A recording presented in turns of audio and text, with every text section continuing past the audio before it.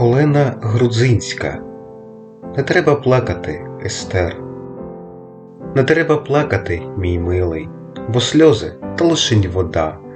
Біля нас одні могили, поруч нас тяжка біда. Я хочу визволити небо, я хочу говорити з ким. Я хочу крику, та не треба, бо Бог мовчить на схилі днин. Не треба плакати обабіч усіх скривавлених доріг. Не треба плакати, інакше вже не прощу з невіри гріх. І ти, і я, ми зрозуміли, ким ми були, коли прийшли. Не треба плакати, мій милий, я теж не буду. Селяві. Я хочу врешті схаменутись.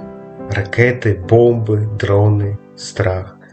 Я хочу врешті озирнутись, побачити тебе чи прах.